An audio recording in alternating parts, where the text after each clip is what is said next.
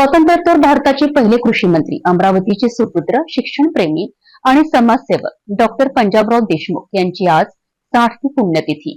अमरावतीच्या शिवाजी शिक्षण संस्थेत त्यांच्या पवित्र स्मृतीला राज्याचे महसूल मंत्री चंद्रशेखर बावनकुळे आणि राज्यमंत्री पंकज भोयर यांनी अभिवादन केले आणि या महान कार्यकर्त्यांच्या सन्मानासाठी एकमुखी मागणी झाली, ती म्हणजे त्यांना भारतरत्न मिळावं।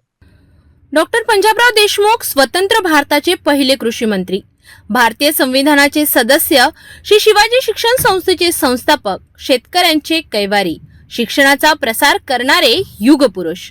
त्यांच्या 60व्या पुण्यतिथी निमित्त शिवाजी शिक्षण संस्था अमरावती येथे खास कार्यक्रम पार पडला।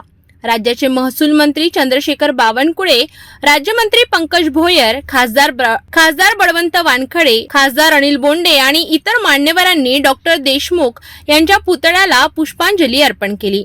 कार्यक्रमात प्राध्यापक आठविले यांनी लिहिलेलं भारतीय संविधान आणि डॉक्टर पंजाबराव देशमुख हे पुस्तक प्रकाशित करण्यात आलं।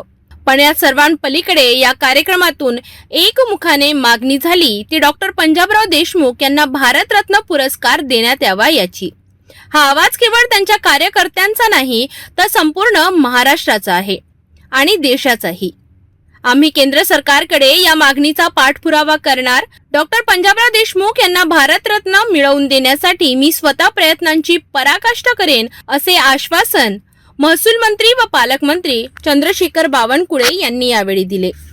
आपल्याला या शिक्षण संस्थेला ऍडव्हान्स करायचा आहे, ते आपण करू। एक महत्त्वाची मागणी मी 16 तारखेला देवेंद्रजी येणार आहे तेव्हा त्यांना मी विनंती करेल, कारण सरकारकडून आपल्याला पाठवायचं आहे तर खोडकेताई आहे, मी आहे, प्रवीण आहे, माननीय पंकज आहे, आपण सर्व मिळून शिक्षण महर्षी डॉक्टर पंजाबराव देशमुख साहेबांना या ठिकाणी भारतरत्न पुरस्कार मिळाला पाहिजे। याकरता जो काही प्रस्ताव महाराष्ट्र सरकारला त्या ठिकाणी करावायचा असतो, पाठवायचा असतो, त्याकरता आपण सर्व पुढाकार घेऊ।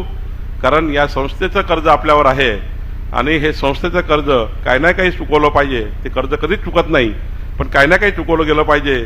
आणि भाऊसाहेबांनी जर आपल्या जीवनामध्ये आपल्याला एवढं मोठं करण्याकरता जे परिश्रम केल्या त्या काळामध्ये, त्या परिश्रमाचं जर चीज काही केलं पाहिजे तर आपल्या सर्वांची जबाबदारी आहे की आपण भारतरत्न मिळवण्याकरता निश्चितपणे सर्व प्रयत्न करूया।